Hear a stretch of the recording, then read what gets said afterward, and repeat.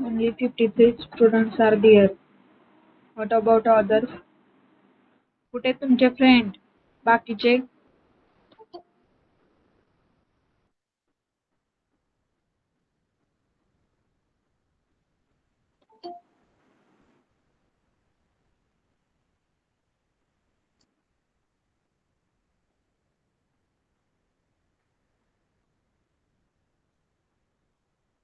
Yes, good morning all. Today we see the first chapter. In that first point we cover in this lecture. Okay,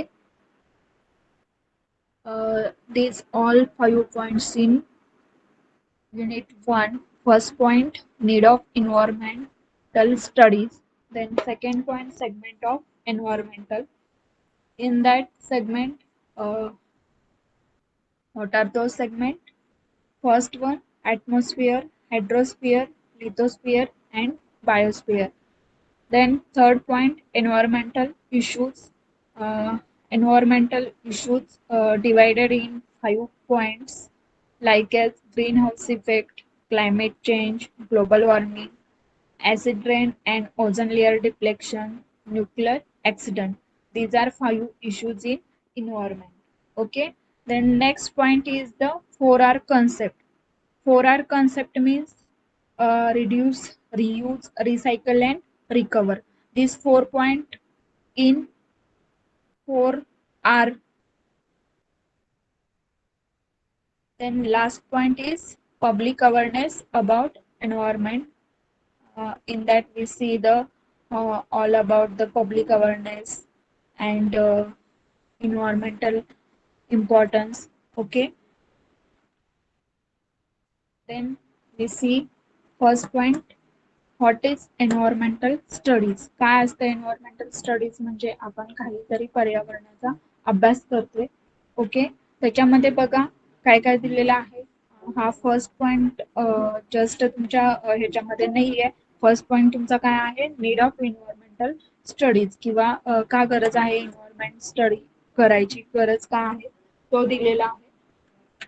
First upon we see the environmental studies. What is environmental studies? In that बघा first point काय दिलेला आहे, environmental studies refer to an extensive and systematic study of nature, environment and of its physical, biological, social, culture factors and the nature and characteristics of relationship between man and environment.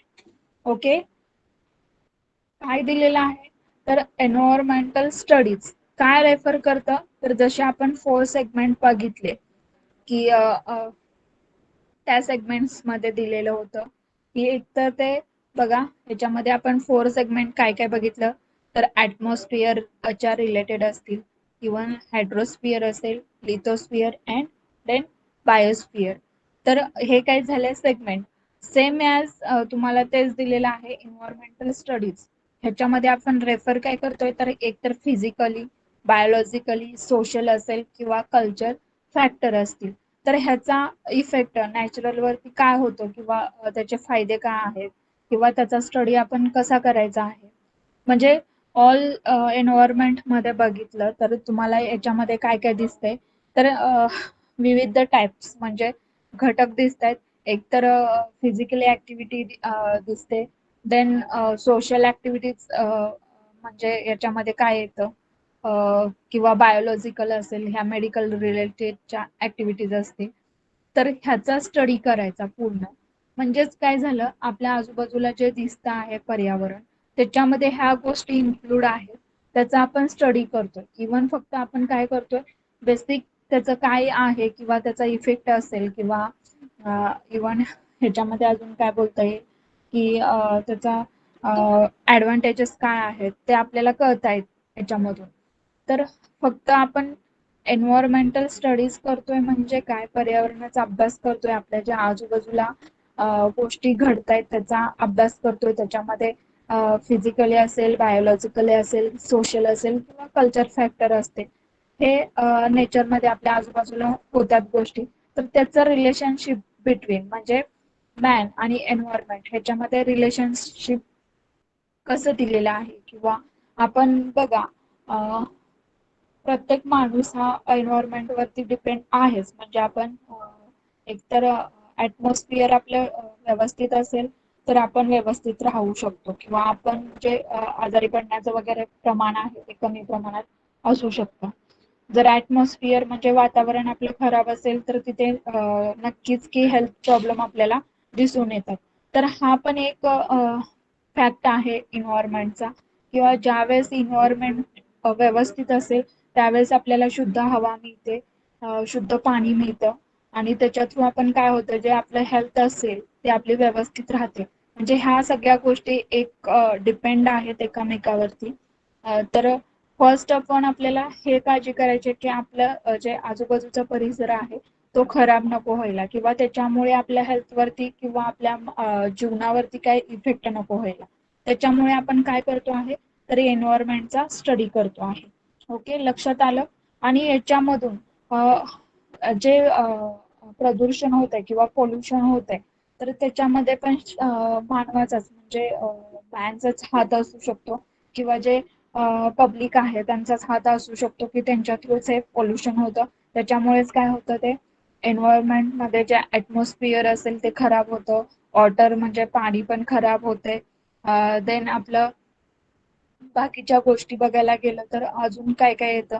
आता जास्त करून तर आपल्याला atmosphere आणि हायड्रोस्फिअर ह्या ज्या segment आहेत त्याचा बेसिकली आपल्याला जास्त इफेक्ट जाणवून येतो की ज्या पण वेळेस आपलं वातावरण किंवा पर्यावरण खराब होतं त्यावेळेस आपण काय होतं की पूर्ण त्या एरियामधलं हेल्थ इश्यूज लोकांना येऊ शकतात. खराब पाणी पिण्यात आल्यानंतर पण हेल्थ इश्यूज येऊ शकतात. तर हे बेसिकली इफेक्ट होतात. तर हे कशामुळे होतात किंवा त्याला कारणे काय आहेत हेच आपण एन्व्हायरमेंटल स्टडीज मध्ये आपण शिकणार आहोत. हे हेल्थ इश्यूज क्रिएट होणं किंवा याच्यामध्ये अजून म्हणता येईल की जे इफेक्ट होत आहेत किंवा इफेक्ट आता सध्या बघा कोविड-19 चा इफेक्ट किती मोठ्या प्रमाणात झालेला आहे की तिथं ऑल ओव्हर इफेक्ट झालेला आहे आपल्याला. जे लाईफस्टाईल आहे त्याच्यावरती इफेक्ट झाला. इवन तुमचं एज्युकेशन आहे त्याच्यावरती इफेक्ट झाला. इवन जी अर्थव्यवस्था म्हणतात त्याच्यावरती इफेक्ट झाला. म्हणजे ह्या सगळ्या गोष्टीला काय कारणीभूत आहे तर एक तर कोविड-19 सिच्युएशन ही आहे. म्हणजे हा कसा आला किंवा त्याच्यामुळे पर्यावरणामध्ये पूर्ण बदल घडून आले. तर ह्या सगळ्या गोष्टी याच्यामध्ये आहेत. लक्षात येते काय आहे तुमचं एन्व्हायरमेंटल स्टडीज म्हणजे? Yes, all of you got this point?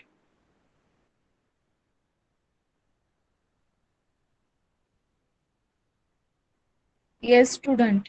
Please give reply. All of you got this point? Yeah. Yes. Yes, ma'am. Okay, next बघा. How far man influences nature and to what extent nature delivers its boundaries and constitute another objective of environmental studies. आता जे मी सांग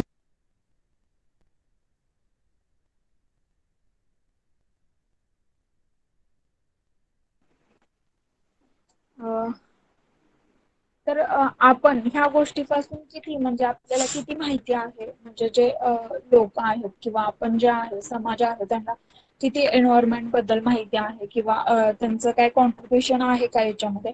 म्हणजे आपल्या तर main जे मनुष्याला म्हणजे जे लोक आहेत ह्युमन आहेत तर त्यांचा पूर्ण कॉन्ट्रीब्युशन आहे एन्व्हायरमेंट मध्ये. पण लोक तशा प्रकारे वागत नाहीये. त्याच्यामुळे काय होतं का वागत नाही तर त्यांना ह्या गोष्टी माहीतच नसतात की आपण जर आपल्या घरातला कचरा बाहेर टाकला तर त्यांनी काय होतंय. त्यांनी काय होतंय तर एकतर पोल्युशन तयार होतंय. रेदर दॅन अजून काय होतं तर ते हेल्थ इश्यूज पण क्रिएट होऊ शकतात. होतातच म्हणजे जिथे कचरा डेपो वगैरे असेल तर ते आउट ऑफ सिटीज ते असते. कशामुळे असते तर जेणेकरून जे मानवी म्हणजे ह्युमन आहेत त्यांच्या हेल्थ वरती काही प्रॉब्लेम येऊ नये या सगळ्या गोष्टींचा विचार करून जे कचरा डेपो असतो तो आउट ऑफ सिटी ठेवलेला असतो. तर ह्या सगळ्या गोष्टी कशामुळे करतायत की जेणेकरून आपलं जे नेचर आहे ते व्यवस्थित राहावं किंवा त्याला काही प्रॉब्लेम येऊ नये किंवा त्याच्या वातावरण असेल किंवा हे खराब होऊ नये ह्या सगळ्या गोष्टींसाठी आपण ते प्रयत्न करत असतो. तर काही लोक हा पण विषय घेत नाहीयेत की जेणेकरून ज्या आपल्या हातात गोष्टी आहेत त्या आपण करत नाहीयेत.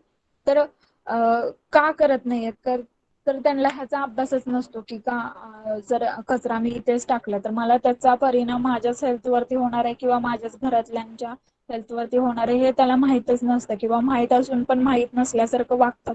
म्हणजे ह्या सगळ्या गोष्टींचा जो प्रॉब्लेम आहे किंवा इफेक्ट आहे तो कशावरती होतोय तर नेचरवरती होतोय. म्हणजे काय आपले एन्व्हायरमेंट जे आहे त्याच्यावरती होते.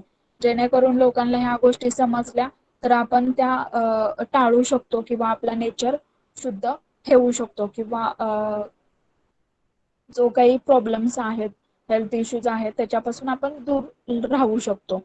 केव्हा ज्यावेळेस आपण सगळ्या गोष्टी व्यवस्थित पाळेल त्यावेळेस. म्हणजे काय आता बघा विदाऊट मास्क फिरायचं नाही असं सांगितलं तरी लोक विदाऊट मास्क फिरतात. म्हणजे ह्या सगळ्या गोष्टी लोक करतच नाहीयेत किंवा ऐकतच नाहीयेत. त्याचा प्रॉब्लेम किंवा त्याचे इश्यूज कसे क्रिएट होत आहेत तर त्याच्यातून एखादा जर पॉझिटिव्ह असेल तर त्याच्यातून ऑल पॉझिटिव्ह होऊ शकतात. हे जरी माहिती असलं तरी लोक गर्दीच्या ठिकाणी विदाऊट मास्क फिरत असतात. म्हणजे ही सध्याची सिच्युएशन आहे. मग ह्याचा पण इफेक्ट आपल्या नेचरवरती होतोय किंवा आपल्या पर्यावरणावरती होतोय. तर ह्या सगळ्या गोष्टी ज्यावेळेस माणूस स्वतःपासून सुरुवात करेल त्यावेळेस त्या गोष्टी व्यवस्थित होतात. ओके. देन बघा लास्ट पॉइंट इन दिट काय दिलेलं आहे. It is an interdisciplinary study as objects like ecology, biochemistry, toxicology, geography, geology, meteorology, then sociology. They are dealt with under environmental studies. जसे आपण मी सांगितलं की आपल्या थर्ड पॉइंट सेकंड पॉइंट मध्ये segments दिलेले आहेत. तर त्या सेगमेंट्स म्हणजे काय पर्यावरणाचे घटक आहेत. सेम ॲज ज्या ऑल सेगमेंट्स आहेत त्याच्याच हे डिवाइड केलेले पॉइंट आहेत. सोशोलॉजी असेल किंवा मेट्रोलॉजी, इकोलॉजी असेल, बायोकेमिस्ट्री असेल.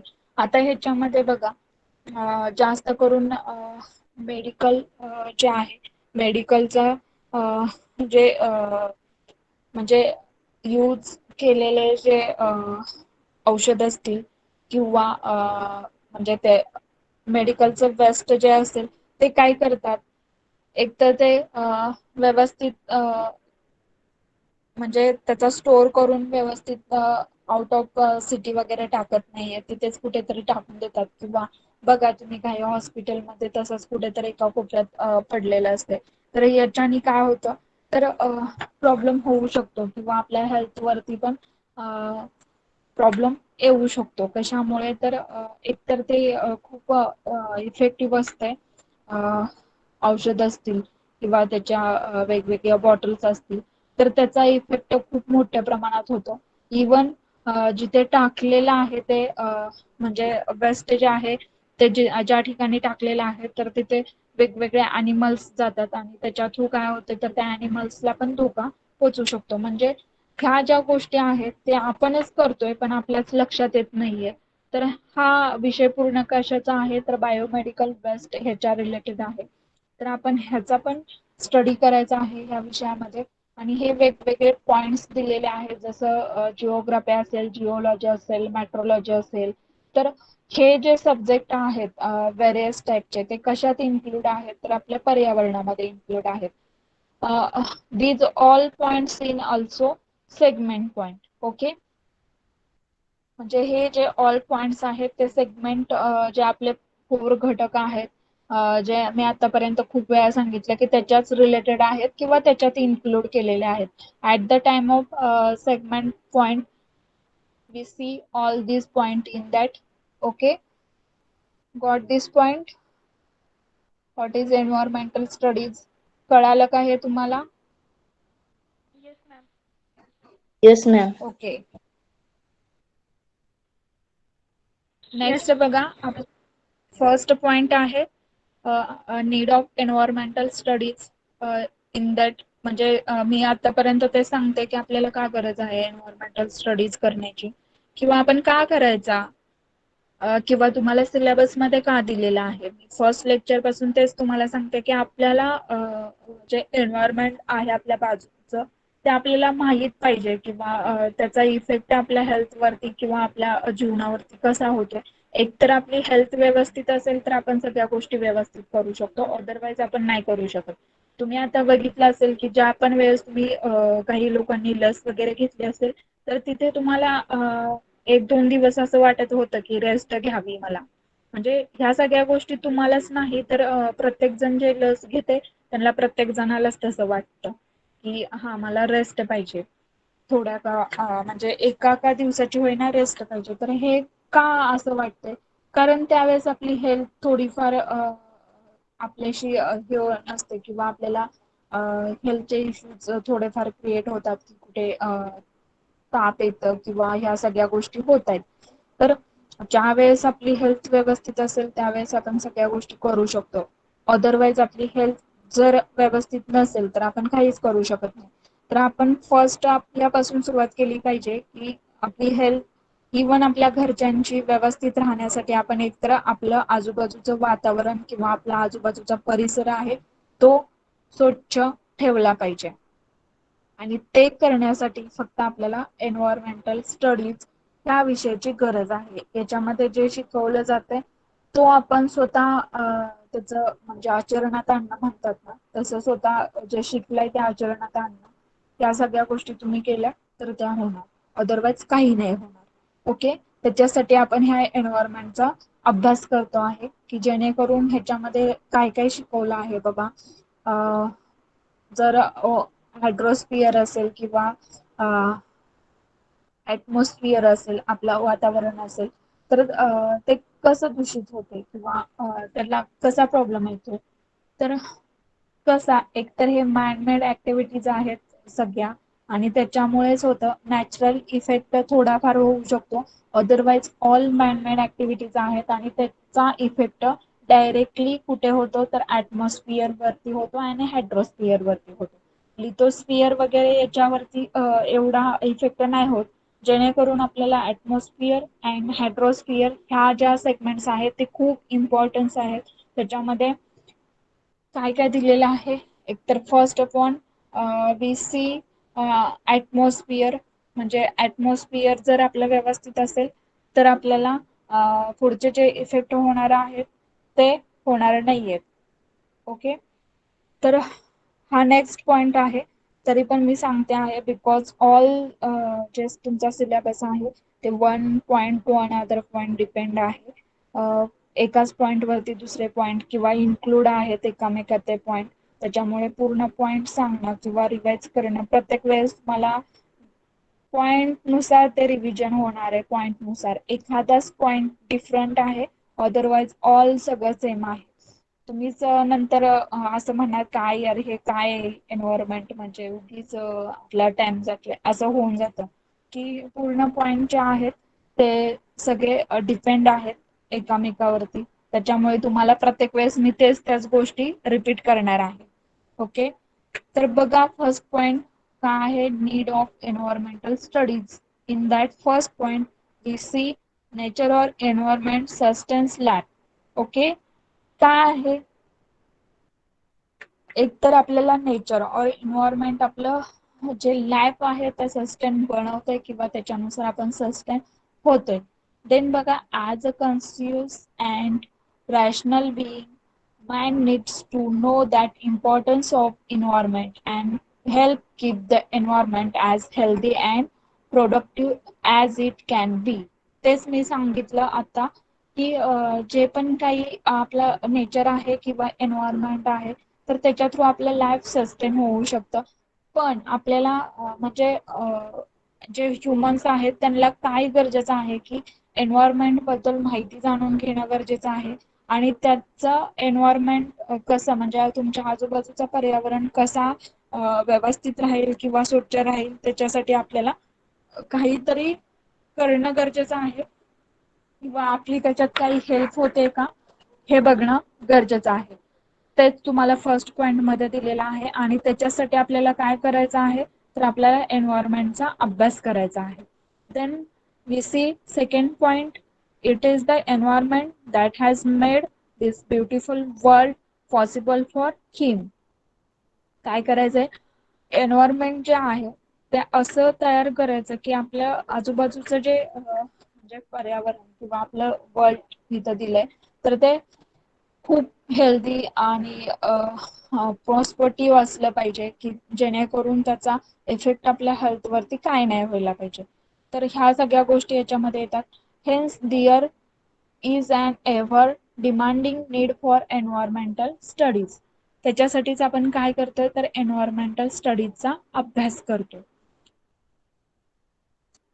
देन बघा next point, the nature environment that Mankind had before the onset of industrialization, urbanization, and exponential growth in population was expectedly health and resilient. Okay, ह्याच्यामध्ये बघा एकतर जे मी तुम्हाला सांगितलं की मॅनकाइंड ऍक्टिव्हिटीज आहेत त्याच्यामुळेच काय होतंय, तर आपल्या एन्व्हायरमेंटला इफेक्ट होतोय. तर ह्याच्यामध्ये मॅनकाइंड ऍक्टिव्हिटीज काय असू शकतात, तर एक तर फर्स्ट अपॉन आपण इंडस्ट्री ज्या आहेत किंवा आता ह्याच्यामध्ये तुम्हाला बेस्ट एक्झाम्पल देते की जे आपल्या आजूबाजूला कारखाने असतात, तर ते कारखान्यां थ्रू काय होतं, तर जे सांडपाणी असेल किंवा त्याच्यातले जे वेस्टेज असेल ते काय केलं जातं, त्याची विल्हेवाट व्यवस्थित लावलेली नसते. तर त्याचा इफेक्ट डायरेक्टली, आणि ते केमिकल असते त्या पाण्यामध्ये किंवा त्या कचऱ्यामध्ये, कचरा पण इव्हन तो खूप डेंजर असतो. तर त्याच्या थ्रू काय होते, तर लोकांचं जे म्हणजे आपल्या आजूबाजूचा जो परिसर आहे किंवा त्या इंडस्ट्रीच्या बाजूचा जो परिसर आहे तर तो खूप म्हणजे पोल्युशन होतं त्याच्यामध्ये. तर अशा गोष्टी आपण थोडंफार काही तिथे मॅनेज करू शकतोय का, किंवा ह्या मॅन मेडच ऍक्टिव्हिटी आहेत पण त्याच्यातून आपण काही सुधारणा करू शकतोय का. तर फर्स्ट बघा, इंडस्ट्रियलायझेशन जे आहे तर त्याच्यामध्ये आपण काय केलं पाहिजे, एक तर त्याचे जे वेस्टेज आहे किंवा पाणी आहे किंवा वॉटर आहे त्याचं व्यवस्थित हे केलं पाहिजे, त्याची व्यवस्थित विल्हेवाट लावली पाहिजे.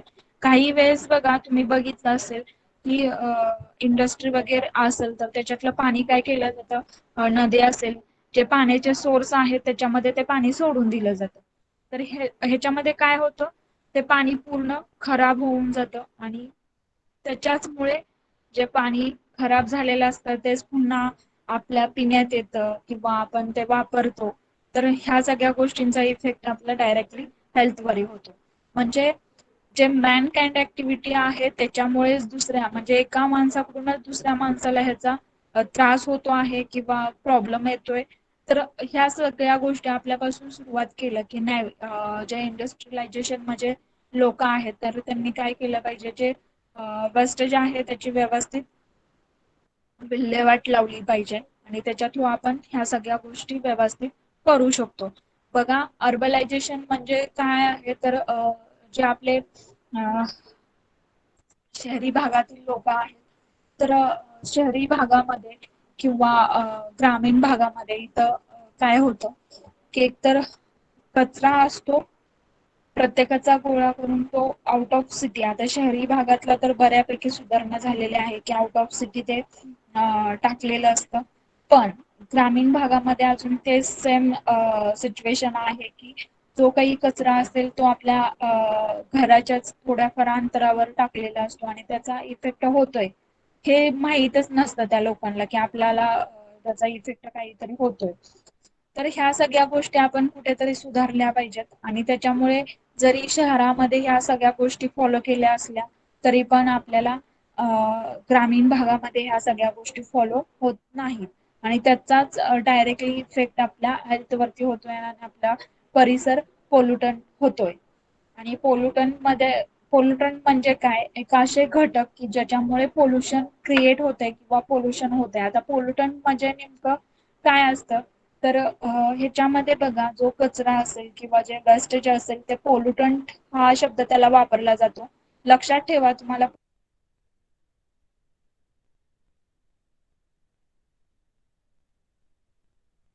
घटक ज्याच्यामुळे पोल्युशन क्रिएट होतं.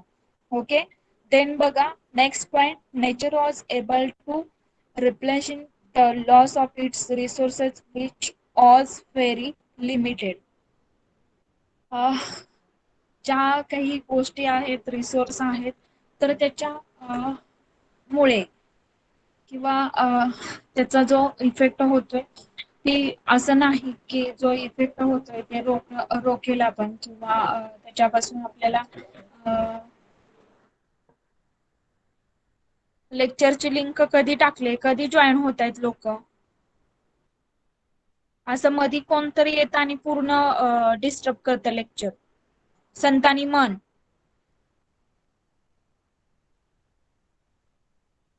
मन संतानी. Yes ma'am. आता जॉईन झालात का तुम्ही?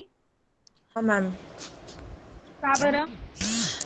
मॅम मी काल वॅक्सिन लावून आलते ना, त्यामुळे मी आजारी, त्यामुळे आत्ता मी बघितला मेसेज, त्यामुळे लगेच जॉईन केला. मधूनच लेफ्ट होत आहेत, मधूनच जॉईन होत आहेत, काही तुमचं चाललंय. तुम्ही असं डिस्टर्ब करत जाऊ नका लेक्चर मध्ये. एकतर आपल्याकडे कधीतरी मिळतंय आपल्याला लेक्चर आणि त्याच्यातून तुमचं हे चाललेलं असतं. आता सध्या नाहीये वेळ, तरी पण मी घेतलं लेक्चर की झालं 2-3 दिवस झालं लेक्चर मध्ये गॅप पडला म्हणून. ओके, नेक्स्ट पॉइंट बघा, last point. After the onset of modern civilization, the overall health and efficiency of natural environment started. त्याच्यामध्ये सेम पॉइंट तेच दिलेला आहे बघा. आपला ओव्हरऑल हेल्थ वरती काय प्रॉब्लेम होत आहेत किंवा कशा थ्रू होत आहेत, जे आपलं नेचर आहे ते फक्त आपण काय केलं पाहिजे तर व्यवस्थित ठेवलं पाहिजे आणि त्याच्या थ्रू आपण काय होते तर आपल्या हेल्थ वरती जास्त प्रमाणात इफेक्ट होत नाहीयेत किंवा आपल्याला हेल्थ प्रॉब्लेम नेहमी येत नाहीयेत. ह्या सगळ्या गोष्टी होऊ शकतात. ओके, लक्षात येते ह्या सगळ्या गोष्टी तुम्हाला का गरज आहे एन्व्हायरमेंटल स्टडीजची?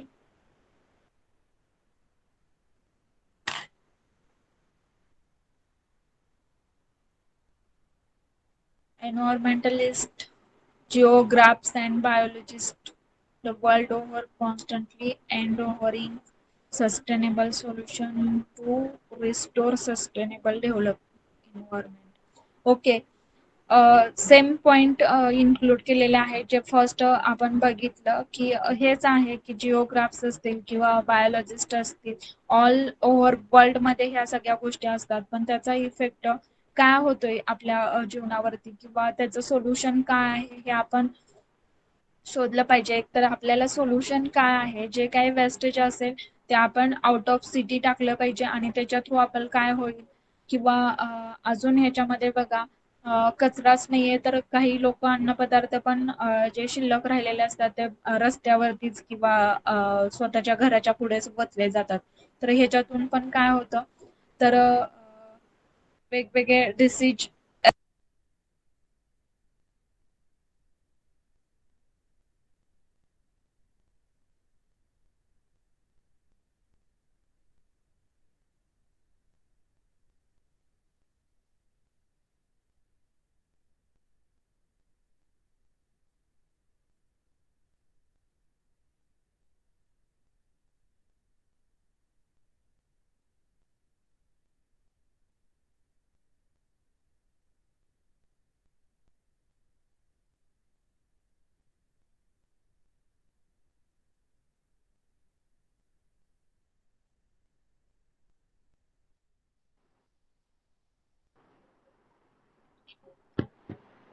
ओके.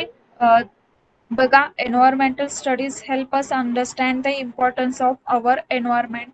आपल्याला मेनली हा पॉइंट बघा काय दिलेला आहे की एन्व्हायरमेंटल स्टडीज आपल्याला काय हेल्प करते आहे की एकतर बेटर अंडरस्टँड करते आहे एन्व्हायरमेंटच्या बद्दल किंवा त्याच्यामुळे आपल्याला काही गोष्टी ज्या माहीत नाही त्या कळत आहेत किंवा ह्याच्यामधून जे आपलं लाईफ आहे ते सस्टेन होते किंवा काय म्हणतात त्याच्यामध्ये जे हेल्थ इश्यूज वगैरे येतात तर ते कशामुळे येतात ह्या गोष्टी पण आपल्याला समजतात. त्याच्यामुळे आपल्याला एन्व्हायरमेंटल स्टडीज ह्या गोष्टीचा खूप हेल्प होते किंवा मदत होते.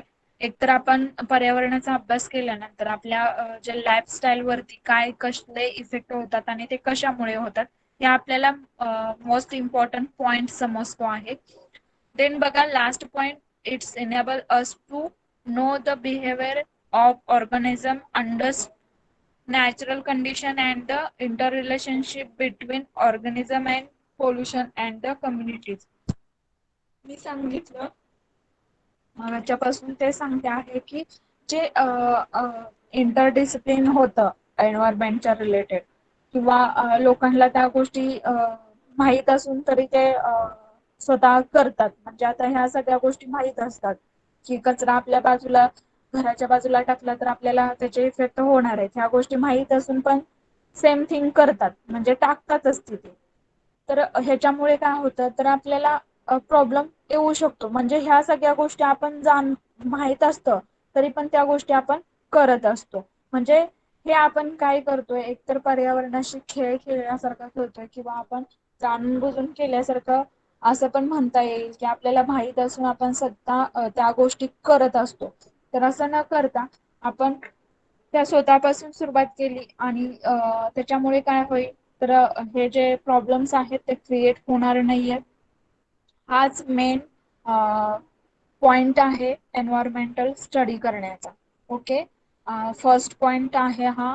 आपण अजून उद्याच्या लेक्चरला रिव्हिजन घेणार आहे. त्याच्यामध्ये तुम्हाला काही क्वेश्चन विचारणार आहे तर तुम्ही रेफर करा किंवा वाचून घ्या. मी बऱ्यापैकी तुम्हाला ह्या सगळ्या गोष्टी सांगितलेल्या आहेत. लक्षात येते? समजलं का हे काय सांगितलं ते आज? Yes, ma'am. ओके, प्रेझेंट द्या. Roll number 1. Present, ma'am. 1, 2, Present, ma'am. 3, Present. 4. Roll number 4. 5, Present, ma'am. 6. Fast द्या present. Present, ma'am. 7, Present, ma'am. 8, Present, ma'am. 9, Present, ma'am. 10, Present, ma'am. 11, Present, ma'am. 12, Present. 13, Present. 14, Present. 15, Present. 16, Present. 17, Present. 18, Present. 19, Present. 20, Present. 21, Present. 22, Present. 23, Present. 24, 25, Present. 26, Present. 27, Present. 28, Present. 29, Present. 30, 31, Present. Present. 32, Present. 33, Present, ma'am. 34, Present. 35, Present. 36, 37, Present. 38, 39, Present, ma'am. 40, 41, 42, 43, Yes, ma'am. 44, 45, Present. 46, Present. 40, 48. Present. 47. Present, ma'am. Okay. 47. 50, Present. 51, Present. 52, Present. Present. 53, Present.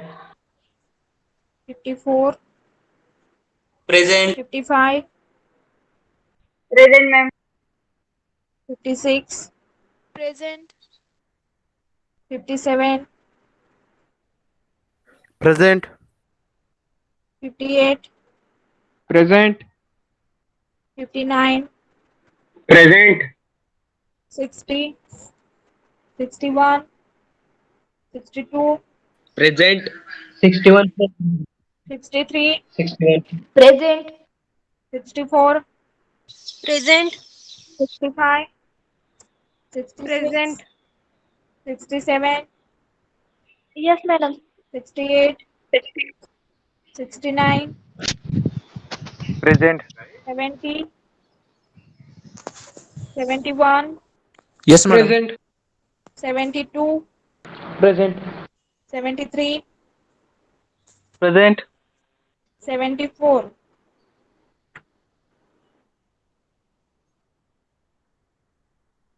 New Satara roll number 1. Present, ma'am. Okay. Anybody having doubt? Madam, 61 present. Okay. Anybody hello having doubt? Yes. Madam 71 number मध्ये जमली काय madam? पण ते कोण बघणार? मी बघणार का? Sir madam माझा खरं तर माझा 71 नंबर आहे पण दुसरंच कोणतर प्रेझेंटेज येते. तर तिथे तुम्हाला मॅडमने लिस्ट पाठवले ना ते बघा आणि तुमच्या सीसीनला कॉल करून एकदा तुमचा रोल नंबर विचारा. ओके. ठीक आहे. कोणाला काही डाऊट आहे याच्यामध्ये? मॅम ते तुम्ही म्हणाला ना Yes.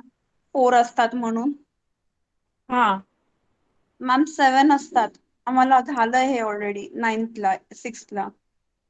आपल्या सिलेबस मध्ये जेवढं दिलंय तेवढं आपण बघूया. जे बाकीचा पार्ट आहे तो नंतर बघूया.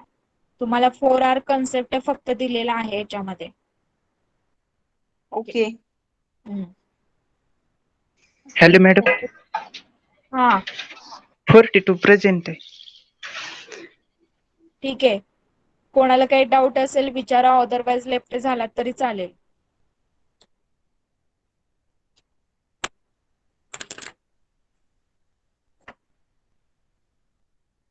ऑलरेडी झालाय.